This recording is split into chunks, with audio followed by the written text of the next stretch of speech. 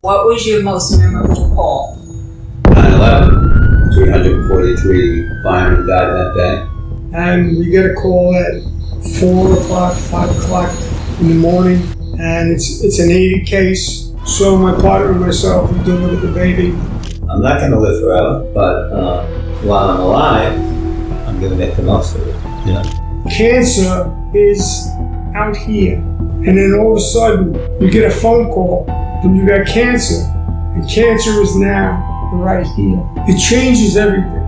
Just because you're diagnosed with cancer doesn't mean you're going to die tomorrow. Okay, well, hello everyone, and welcome to Dr. Maureen, fitness enthusiast. Love to discuss the F word. Fitness on every level: emotional, mental, physical, spiritual.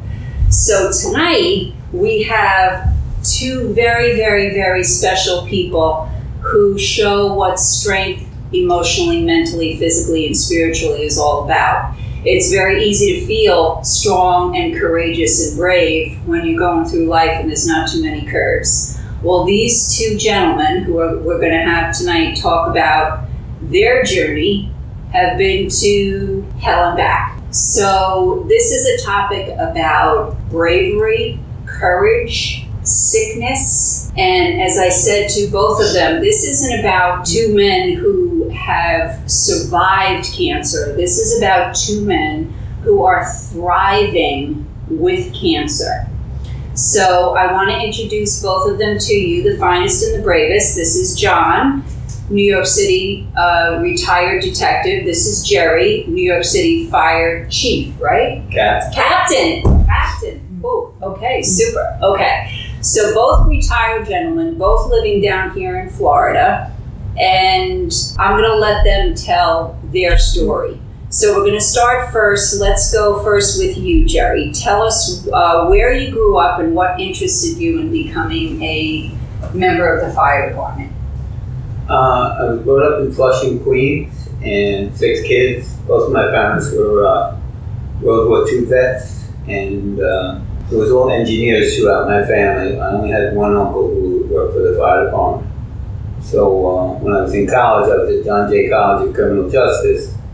I had the opportunity to go on the police department. I was waiting for the fire department, and some of my friends were getting called for the fire department, so I chose that over the police department.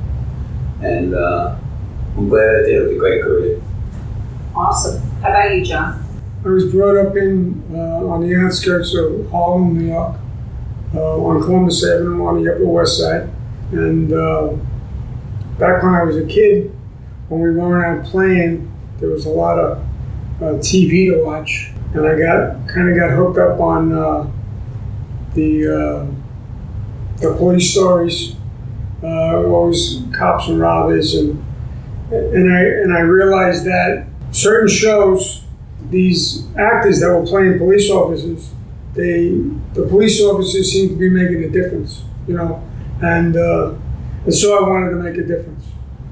So when I was as early as I can remember, I wanted to be a New York City cop, and my goal was to be a New York City detective. And so I went on to the department in 1973, and the rest is history. 73 until when? How long were you on that? 86. And how long were you in the fire department? I got out in 79, I got out in 2006, so I worked 28 years for the fire department. Okay. Tell us the progression, because I'm not familiar, obviously, when I said captain. And you tell us what... I was a fireman in Engine 221, Ladder 104 in Williamsburg, Brooklyn for 17 years. Then I was a lieutenant in Queens in the 13th Division. And then a little bit after 9/11, I got promoted to 2003, got promoted to captain, and I was working in the 15th Division in Brooklyn. So I went from Brooklyn to Queens, back to Brooklyn. Okay. What boroughs were you in, John? I was in Manhattan, in Harlem, for a few years, and then I was transferred to the Bronx, and was worked in all the what they call day houses, the highest crime precincts in the Bronx. Okay, this is one of my favorite questions. What was your most memorable call? It's easy for the New York City Fire Department because 9/11 was the most memorable call for the New York City Fire Department. 343 firemen died that day. So I was home in Long Beach, and at that time I was a lieutenant in Far Rockaway. So we responded to the firehouse, we commandeered a bus and got to Manhattan. But both of the towers were down by the time I got to Manhattan. Building 7 went down later, there were still fires going on. But the two buildings had already gone down, so almost everybody in the buildings perished. By circumstance, I ended up coming after that. But, we worked that day, and then every other day at the World Trade Center, either by assignment from the fire department, or guys just went. So guys came from all over the country, retired guys who were on vacation. Everybody responded to the World Trade Center. And guys, didn't matter if you were on the chart, as they call it. Guys were volunteering and working there around the clock. So that was definitely the most memorable day. Of course. And then partially the reason I'm here is a lot of firemen are ill now, 23 years later, as a result of that. So I remember Dr. Kerry Kelly, the chief medical officer, who was trapped at the World Trade Center on 9/11. She responded. She had mentioned that the results of 9/11 were going to show up later on, which came true. Yes. Yeah. Yes. Thank you for your service. Wow. Incredible. John, how about you? The most memorable, there were many because of where I worked, but the one that actually kind of sticks out is I was a patrolman working a late tour with one of my partners, and we get a call at 4 o'clock, 5 o'clock in the morning, and it's an 80 case, and a pregnant woman is about to deliver a baby, and so we get to the apartment.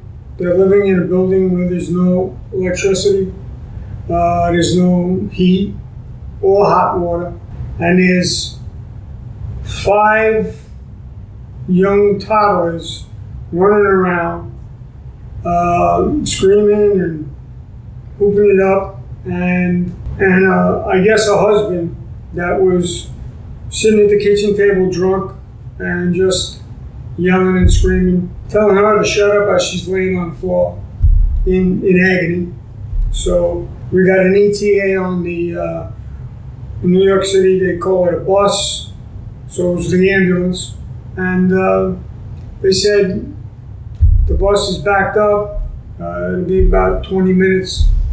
She was not going to wait for 20 minutes, so my partner and myself, we delivered the baby, and just a human being came into the world at that moment, and it kind of felt special. Sure. We did deliver him, and the ambulance took over, and that was a memorable day. Yes. Yeah. Yes. Thank you for that. Okay. So, as I said earlier in the start, you can hear from John and Jerry their bravery, their courage, their doing things for others, their service to others. But something happened to the both of them, and I want them to tell you about it. So tell us when you were diagnosed, Jerry. I was down here in Jupiter. I knew there was something wrong. I didn't know what it was. So I flew back up to Long Beach, and I went to a doctor at Langone. I asked for my prior sonogram, but they didn't have the record, so I had a sonogram. And instead of being treated for what I was there for, I got a call back right away that I had a tumor and, get in here. So I was diagnosed in July of 2019. And want me to just go on with it? Sure. So a friend of mine, a fireman, had cancer. He was at 9/11 survivor, also trapped at the World Trade Center. And he was in Sloan, Memorial Sloan Kettering, and I was bringing his mother in to visit him, you know, and I got an idea of what was going on at Sloan Kettering. So when I was diagnosed, I was informed that I was inoperable and get on a transplant list, etc. But it was fortuitous because he had gone through Sloan Kettering. So this guy, he has his blog, Dr. Michael D'Angelica. I went in and he said, what are you talking about? Come in here Tuesday, I'm going to cut that thing out and you're going to be fine in 8 weeks. So that's kind of what happened. You know, it was, the situation was from being in Jupiter, going to the beach, now I'm in Memorial Sloan Kettering, and it's called a resection. They took part of my liver out, and you know, it's 5 years now, over 5 years since then. Incredible. Yes, incredible. This story is incredible. Wait to hear this part. Okay.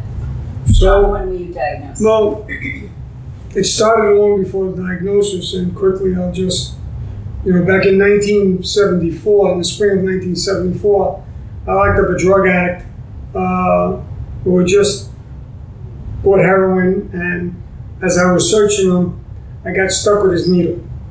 Well, that needle stick, which this was before AIDS and all those diseases that are so deadly, you didn't even think about it, you know. I didn't go sick, there was really nothing, you know. And,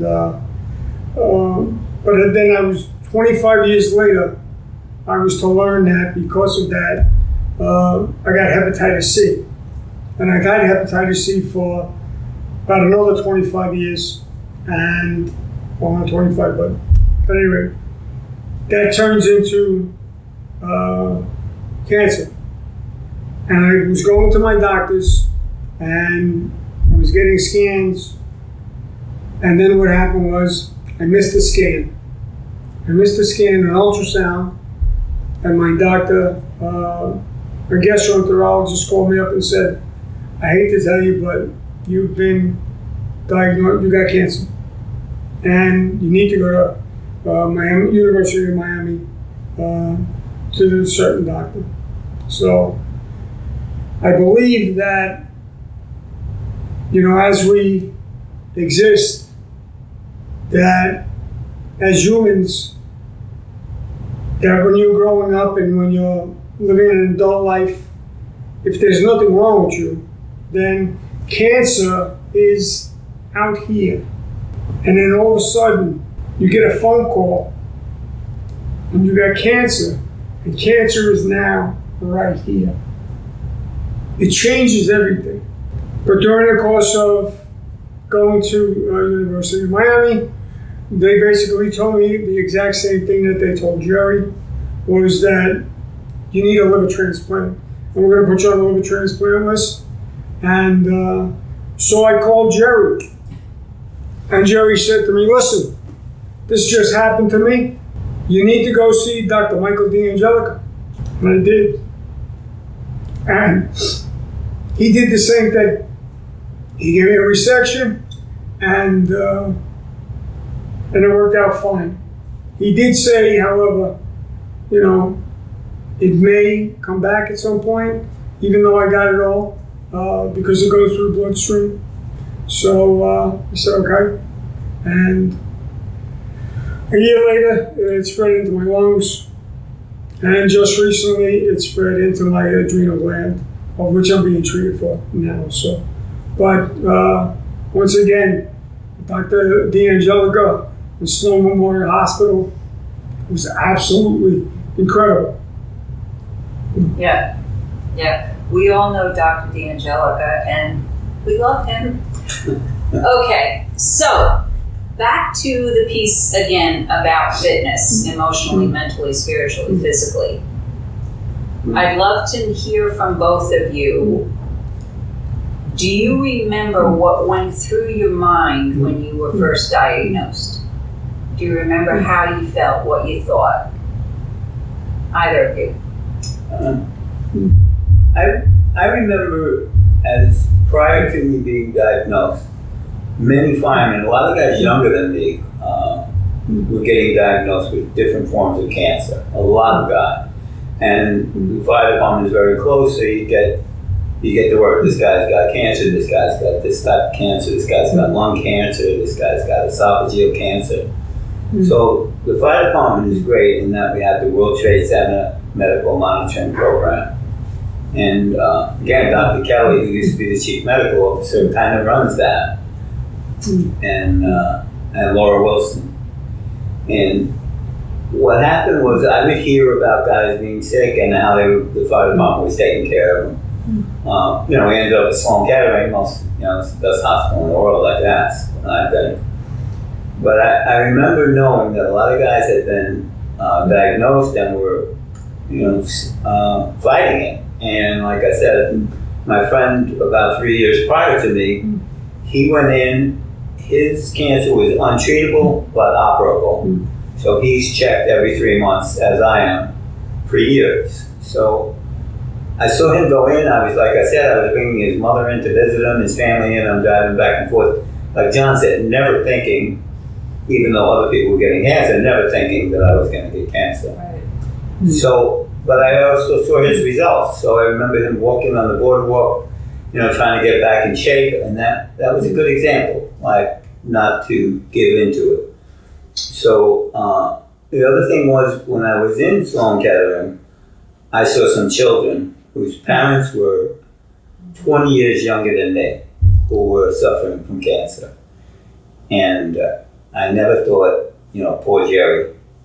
I just saw a lot of families going through a lot worse situation. Right. And that helped me deal with. So the cards, John said it before, the cards I was dealt, okay.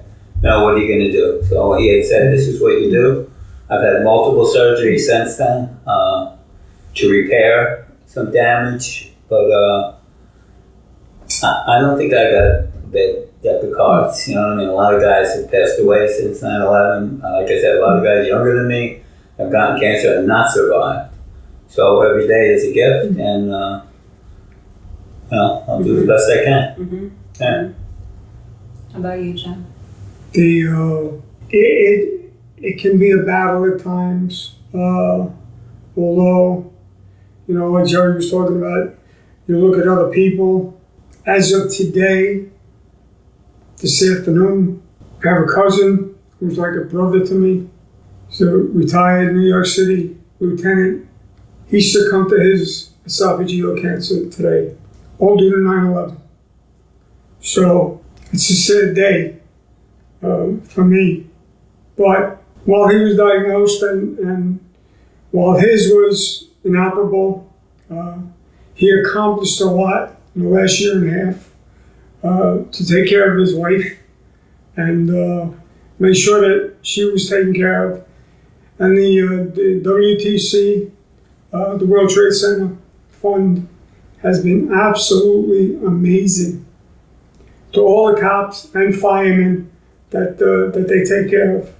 So I wanted to give a shout out to them, and once again, Sloan. I mean, they've stepped up for all the 9/11 recipients. So, but a lot of friends, a lot of prayers, and a lot of leaning on God that it's going to be okay. Because certainly, like Jerry said, there's a lot of guys, certainly a lot more than died in the tower, have died since then. So our prayers go out to them and their families. So back to the strength piece again, because this, as we all know, sitting at this table, cancer is quite difficult to deal with. And here you both sit, so willing, as you have been throughout your lives, to help other people, to tell other people what your journey is like. But I would love for you to elaborate on, you both talked about the excellent medical care that you're getting, that you received and that is ongoing, and that you're staying current with your physical, checkups. but what is it emotionally, mentally, spiritually that you feel is both inside of you and outside of you that has allowed you both to go on? This is 6 years now for both of you. So what is it that is what are the threads through your lives in the last 6 years that have allowed you to be thriving, not, like Jerry, you mentioned, not feeling sorry for yourself, and you talked about the same thing, right? What is that? I don't know. It's hard for me to define. Like, I have faith. I never discuss it in public, I have faith. And I have John and a number of firemen who are ill that I speak to regularly. You know what I mean? We kind of prop each other up. And, the word goes around, this guy's sick, that guy's sick, give him a call. So I'm a survivor, and I speak to guys who get diagnosed, and I tell them the same thing I'm saying. Go to Memorial Sloan Kettering. In my case, see Dr. Michael D'Angelica, and you got a shot. And I'm not going to live forever, but while I'm alive, I'm going to make the most of it. Mm-hmm. So it's your faith, it's your connection with other people, it's your connection with other people, not only to help yourself, but you're clearly also helping others anytime you can. Yeah, it sounds like that's... It's interesting because my sister had multiple myeloma, so a friend of mine, Bob McIntyre, does these leukemia races, and so he was being treated. Now he's in remission, same thing for like 5 years. So we have a couple of leukemia races per year. What they do with leukemia is almost like a self-help program. When somebody gets diagnosed, they give the number of somebody who's a survivor. So he calls people who, this is what I went through, this was my experience. Sure. Which I was lucky with John, because me and John have been friends for almost 40 years. And what I was saying, this is treatable. Like, go to Sloan. Right. So my experience, I relate to people, and that gives me strength. Like I said, I'm not going to live forever. Don't know anybody who will. Right. But right now, that I don't know, that gives me some kind of strength, to pass it on. Like, this was my experience. I don't know what your experience is going to be, but this is what happened for me. And like I said, this guy Bob McIntyre in Kenya, they give the number, call this person. This one just got diagnosed with the same type of leukemia as you. And that's a great way of helping people who are in the same situation. Definitely. And it certainly gives you a network of people, like I say, with the fire department, very close. So it gives you a network of people who you can speak to about having these illnesses, which are coming up, regularly for 9/11 survivors. Yes. How about for you, Jen? I think that for the most part, with a family and friends, and to be able to lean on God is monumental. I don't believe that there's a greater gift than to be able to help somebody and see them come out the other side of, say, a dark spot, and them to actually, come to light, and everything changes for them, and to be able just to witness that type of miracle, that and to know that you might have had just a minuscule, granular part in that you might have helped somebody, and it might have changed their life, then it's all been worth it, and again, nobody's getting out alive, but you got to make the best of it each day that you can, and I believe certain things like exercising, changing your diet is very helpful, but to have an attitude of gratitude is very important. So I'm very grateful just to be sitting here, and also to have friends and family that I do. Mm. Such common themes for both of you, you know, the faith, the love, the giving back, the gratitude, the helping others. I'm wondering, how has your cancer diagnosis changed your life? I don't know. I don't think it's changed my life that much. I mean, I address my health with that in mind, and like John was saying, somewhat with my diet, not too well, but I don't know that it's changed my life that much. Certainly became aware that there's an end, you know, that there's somewhere out there is the end.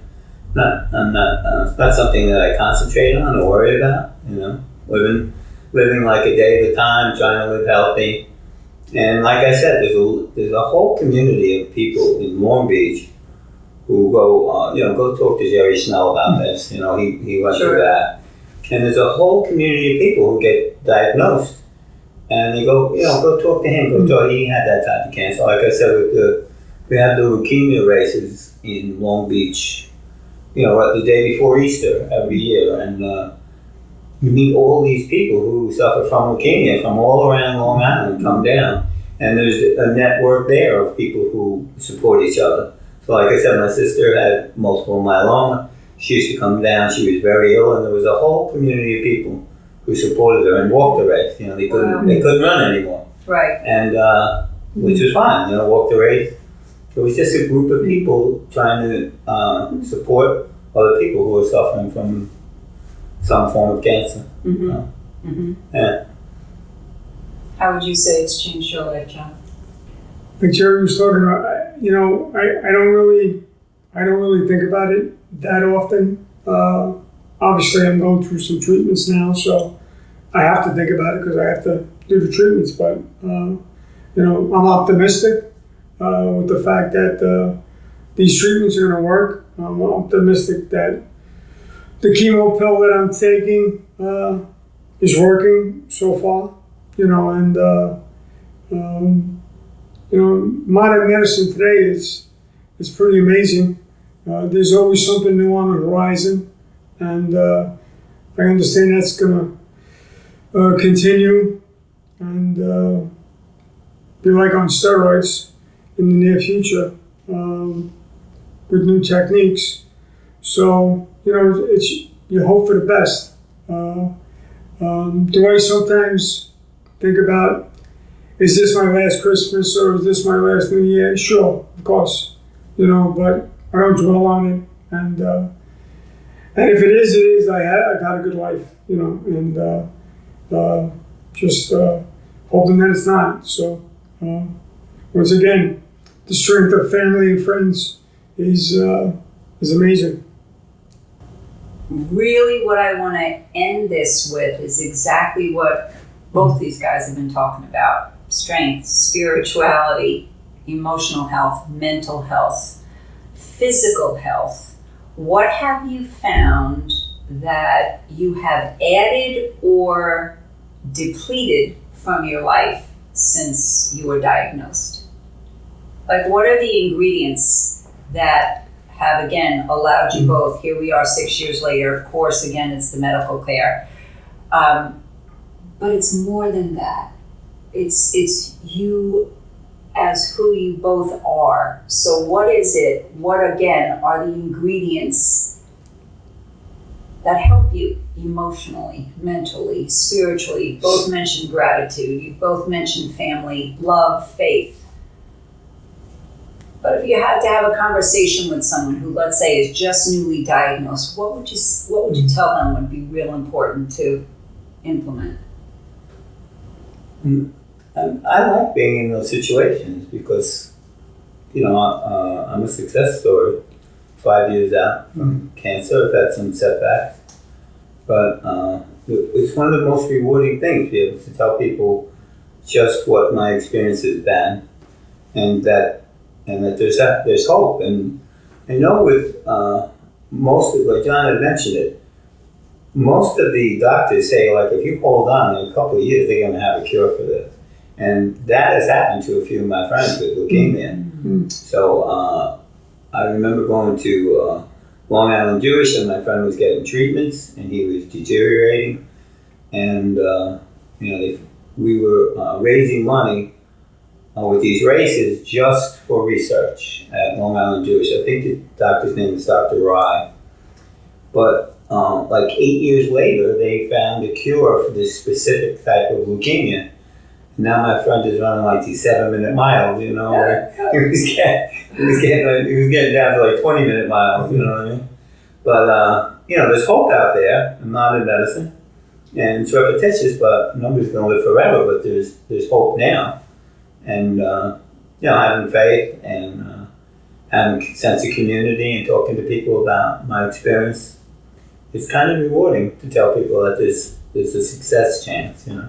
You can get better. Have you found that you have changed physically or nutritionally in the last 5-6 years?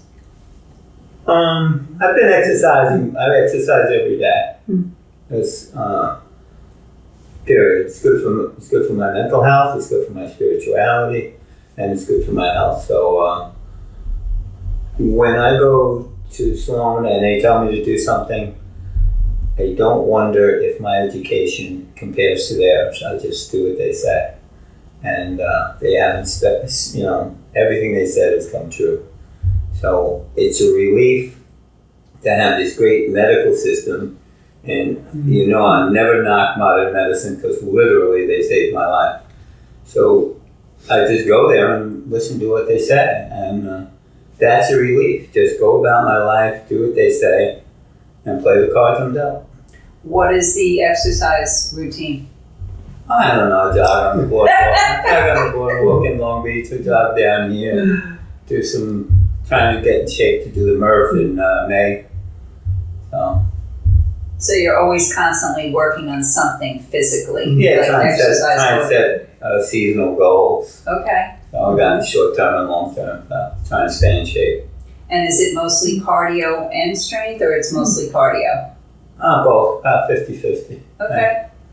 And Father Time is right behind me, so he's catching up. And what about nutritionally? You said your diet, your food plan isn't exactly that, but is it? Share with us a little bit what that's like. I eat pretty good. I just eat a large volume. Okay. Yeah. Okay. So you're satisfied with where you're at, what you're capable of doing. Yeah. Great. Yeah. Great.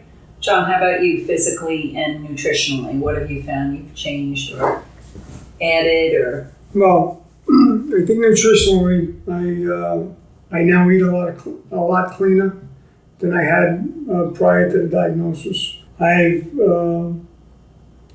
just had to give up sugar, which is rather annoying, but it needs to be done, And I've got to the place where I finally feel like I'm okay.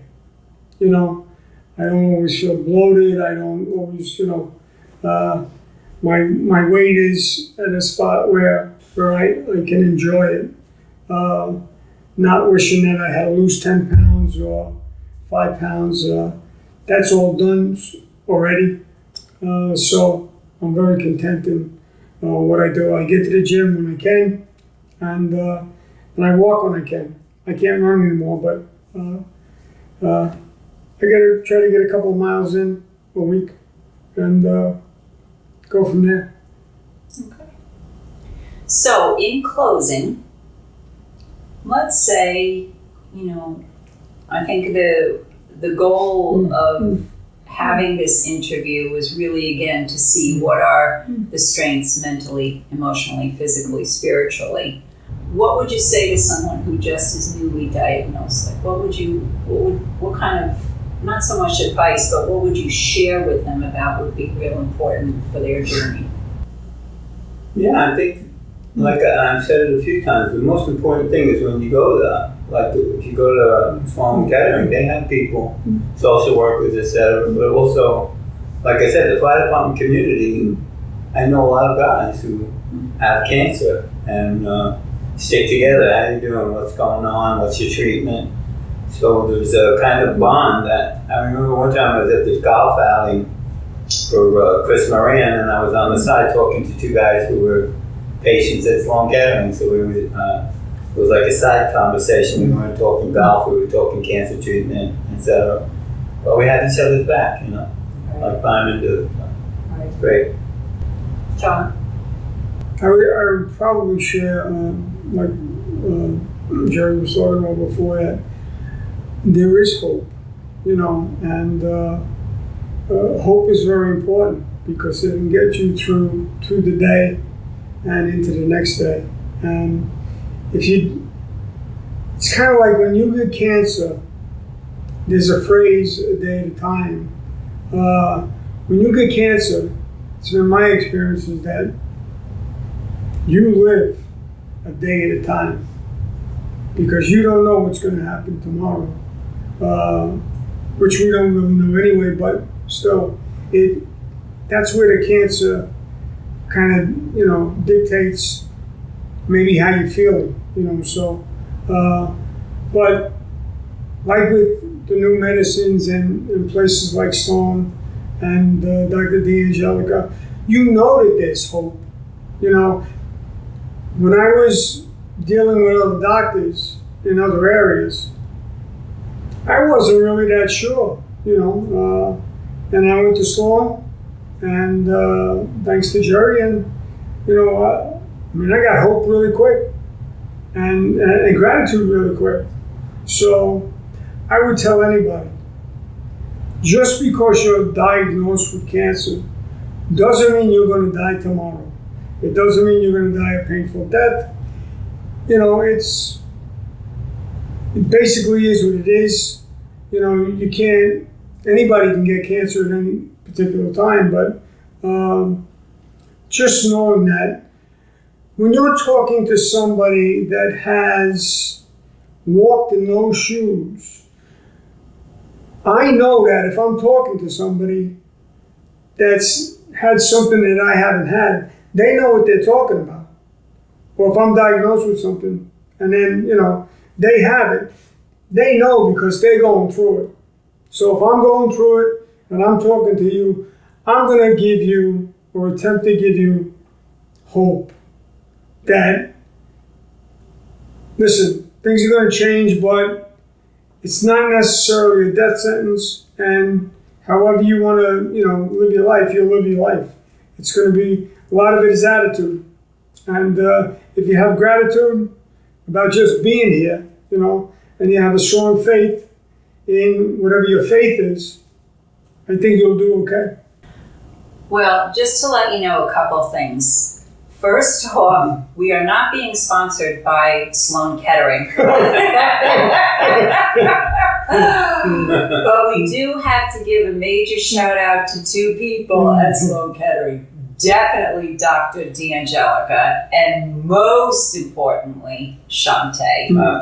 Right? I mean, oh my God, talk about, it's not even the extra mile. That woman just, I mean, the care was literally like being covered, and I've said this so many times over the last several years. From the second we got there, it's like being covered by angels. Mm-hmm. Everybody. Mm-hmm. So thank you for that. Thank you both, Jerry and John, for being so open, being so humble, being so honest, because this is a tough subject to talk about. I think we can all remember when you were diagnosed, right? You remember that specific day. I remember when John got diagnosed and he came into my job. I'll never forget that day as long as I live. But in the last 6 years, watching Jerry, John, the medical staff, people that are available, that love people, that can give strength to you when you just don't even know what day it is. You just can't even comprehend because it's so fearful. But yet then, just like they both talked about, there's so much hope. And I'll never forget when Dr. D'Angelica did say, there's no need to worry here. This is going to be okay. Mm-hmm. This is going to be okay. They've done so much over the years in how this can be treated. Is that the way it is for every cancer? Of course not. So the gratitude, the faith, the love, the people, and also to listen to, like both gentlemen have said, the fact to be able to reach out to someone who has gone through it or is going through it is invaluable. So thank you both for being here tonight, and thank you all for listening. Appreciate it.